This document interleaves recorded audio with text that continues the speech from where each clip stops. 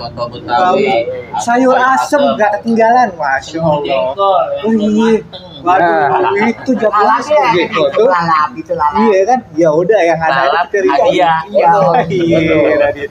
Babe Awi apa Bang Awi kita manggil ini? Panggilnya Bang Awi, tapi kulinernya namanya Babe Awi.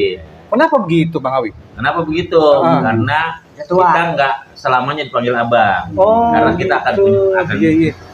akan menua dengan sendirinya. Umur ya.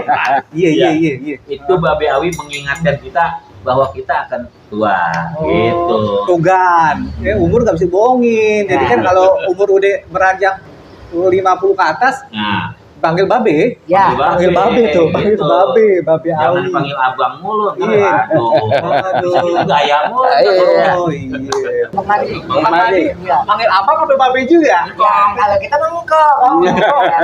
Kongkong nih. Berarti umurnya di atas 50-an ke atas gitu. Iya, benar. Kalau salah itu mah. Iya. Mulu dia. Bang Agus, gimana Bang Agus nih? Ya. Hari ini kita mau review apa nih Bang